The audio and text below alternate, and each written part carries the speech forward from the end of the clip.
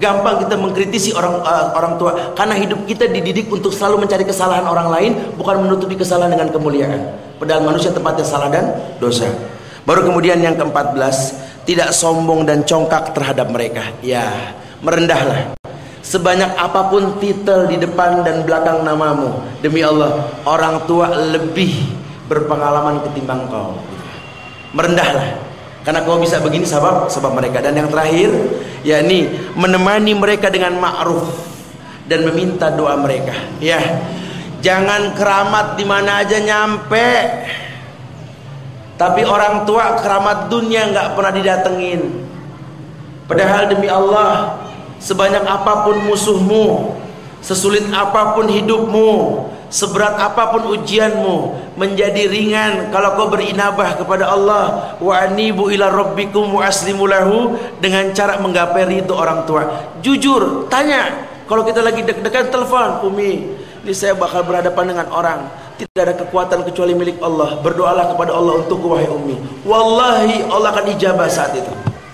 Setelah kau berhasil, jangan kau tinggalkan kalimat ucapkan, Rabbi auzi'ni an ashkura ni'mataka allati an'amta 'alayya wa 'ala walidayya. Doakan, tanya orang tua, alhamdulillah Mi berhasil. Mudah-mudahan Allah berikan kemuliaan buat anti insyaallah. Assalamualaikum. Gapai kemuliaan. Hidup ini enggak mungkin manusia bisa mampu berdiri tanpa dua orang tua tadi. Allah musta'an. Ikhwati fillah, buku yang ada di hadapan antum seperti itulah pembahasannya. Mungkin tidak detil huruf per huruf, tetapi antum bisa menyimpulkan yang ada di buku ini seperti itu. Kemudian adapun bab-bab berikutnya ya adalah merupakan contoh-contoh yang nyata yang tidak mungkin kita ceritakan karena contohnya begitu banyak. Fadhol antum miliki buku ini, antum banyak baca-baca ulang-ulang, insyaallah faedah buat antum dan buat para penulisnya. Wallahu musta'an. Saya minta maaf kalau ada kekurangan, kesempurnaan hanya milik Allah. Sisanya kita akan coba bahas banyak pertanyaan di hadapan kita insyaallah. Akhirul da'wana alhamdulillahirabbil alamin. Alhamdulillah hamdan katsiran thayyiban mubarakan fih kama yuhibbu rabbuna wa yarda. Asyhadu an la ilaha illallah wahdahu la syarika lah wa asyhadu anna Muhammadan abduhu wa rasuluh. Ikhwati fillah, kita coba baca semampunya pertanyaan ini ya. Kalau enggak mampu baca afwan ya. Qadarullah insyaallah. Pertanyaan yang pertama, Ustaz, apabila anak kita durhaka kepada kita, apakah bisa dikatakan bahwa itulah hasil perbuatan kita terhadap anak waktu dulunya? Mungkin dia, mungkin tidak. Bisa dia, bisa tidak. Karena buat orang yang beriman pun diuji kedurhakaan anak Nuh alaihissalam. Ya, mungkin orang alim pun diuji dengan anaknya. Wallah ya. Tetapi yang pasti, janganlah putus untuk berdoa. La tayasu min rahmatillah. Jangan putus asa dengan rahmat Allah. Bahwa 3 doa yang mustajab.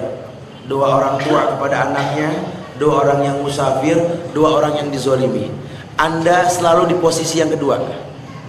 Orang tua punya anak, doanya mustajab dan sering dizolimi. 2 posisi yang bisa mustajab. Maka kalau anak memiliki cikal bakal kedurhakaan, jangan putus dalam mendoakannya insyaallah ya. Allah musta'an. Barakallahu. Ustaz, saya mau tanya, waktu saya tinggal dengan orang tua banyak kebid'ahan di rumah tersebut. Akhirnya anak hijrah dengan anak dan istri anak di rumah tersebut. Tapi saya tidak putus terus mendakwahi orang tua akan kebid'ahan yang ada. Apa tindakan saya dengan hijrah dari rumah tersebut benar atau salah? Ya, Anda melakukan hal yang benar. Karena dikhawatirkan anak-anak Anda tumbuh di lingkungan kebid'ahan gitulah. Karena anak itu tergantung lingkungan, ya. Anak tergantung lingkungan. Maka kalau dikatakan rumahku surgaku, ya ciptakan surga di rumah kita. La yasma'una fiha lagwan wala ta'siman illa qilan salaman salaman. Rumahku surgaku, tidak tegak surga di rumah tersebut kecuali salaman salaman, tegaknya nuansa keislaman. Dibuatkan lingkungan. Kalau anak kita di lingkungan ahlul bid'ah, anak mencontoh nanti. Maka dengan Anda berhijrah merupakan kemuliaan yang Anda pertontonkan tanpa memutus silaturahim dengan kedua orang tua. Itu yang terbaik ya. Dakwahkan dengan penuh kelemah lembutan. Kalau Anda saja yang ikut kajian 2 tahun masih belum maksimal, apalagi orang tua Anda yang baru dengar 2 kali ceramah Anda gitu loh. Yang nggak bisa berubah. Adanya tahapan dalam memahami perubahan mereka. Terus pantau, gapai. Dan Nabi mengajarkan lagi bahwa salah satu yang bisa menyebabkan hati orang yang berbuat bid'ah ini lembut dalam dakwah kita, dakwah salafus saleh, langsung dengan makanan yang halal. Karena makanan yang halal itu melembutkan hati. Datangi orang tua, bawain makanan yang halal, bawain martabak, bawain ya. Orang dulu nggak gemen-gemen yang dia minta makanannya, nggak macem-macem. Udah kita kasih singkong goreng juga seneng bener, masya Allah. Kita kasih yang mahalan dikit bingung makannya. Allah sabar. Artinya apa? Dia gapai hati dia. Insya Allah akan lunakkan hatinya untuk bisa mau mendengar kita. Ini antum dakwah tapi nggak pernah ngasih, ya nggak bakal didengar. Jangan dakwah dulu, kasih dulu, puji dia, letakkan dia di atas kepala sampai merasakan keindahan bahwa merasa punya anak yang mulia seperti anda, sehingga mulut anda akan didengar sama dia. Ini ngasih enggak ngomong mulu, kebak kuping orang tua ngomong mulu, subhanallah. Apakah doa anak kepada orang tua yang sudah meninggal pasti diterima walaupun anak tersebut belum saleh? Saya akan mengatakan salut kepada anda yang mengatakan anda belum merasa soleh, karena jarang orang yang mengatakan saya belum soleh gitu. Kebanyakan orang sudah mengatakan soleh, bahkan ada murid berani mentahzir ustadz lebih dari soleh kan, subhanallah. Wa yalbillah wa na'udzubillah. Ini dipertonton, ini orang masya Allah yang nulis ini ya.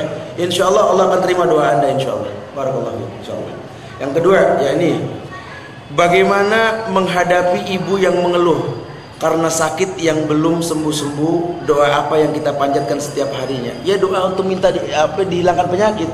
Allahumma mudhibil ba'sa ishfi anta syafi la shifa illa shifauka shifaan la yughadiru. Antum beli buku doa dan wirid Ustaz Yazid bin Abdul Qadir Jawas, itu bagus. Itu doa footnote-nya jelas ya, atau kumpulan doa Ibnu Taimiyah bagus. Ada doa untuk mendoakan orang tua, gapai kemuliaan dengan buku-buku tersebut insyaallah ya. Ustaz, Anda mau tanya, amalan apa saja yang pahalanya bisa ditransfer kepada kedua orang tua yang masih hidup atau yang telah meninggal? Secara global, alaysa lil insani illa ma sa'ah. Allah mengatakan bahwa manusia dapat dari hasil usahanya. Sehingga anak hasil usaha orang tua. Apapun yang diperbuat anak, orang tua akan merasakan hasilnya. Allah musta'an. Apakah ibadah kurban juga bisa ditransfer kepada pahalanya? Kalau korban ini ibadah mutlak yang butuh contoh. Nabi mencontohkan bagaimana cara berkorban untuk orang yang sudah meninggal.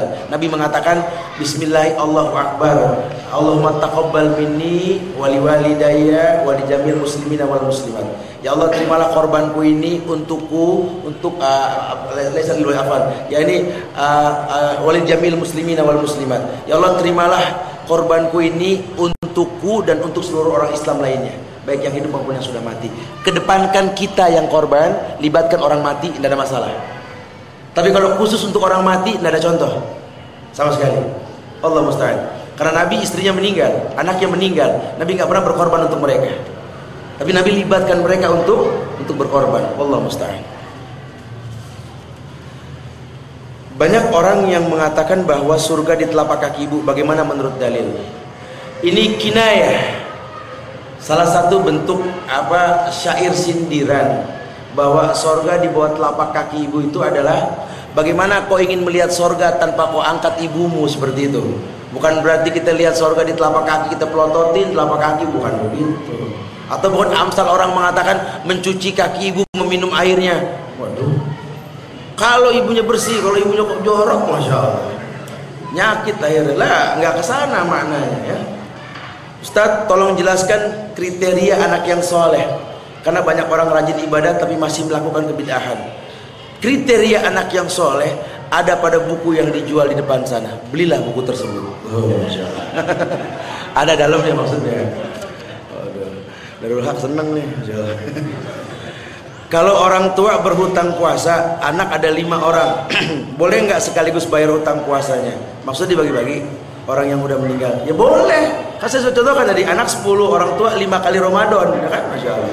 Bagi-bagi deh. Kewajiban istri ke ibu suaminya sama nggak, atau kewajiban suami ke ibu? Ya lain ya. Nah, tetap kalau istri itu ya suami nomor 1, bukan berarti membelakangi orang tuanya. Ya salah ya, karena tersebar hadis yang mengatakan bahwa ada seorang wanita yang tidak keluar rumahnya karena dilarang suaminya sampai orang tuanya meninggal. Itu hadis mungkar, itu maudhu, nggak ada asal, itu hadis palsu itu ya.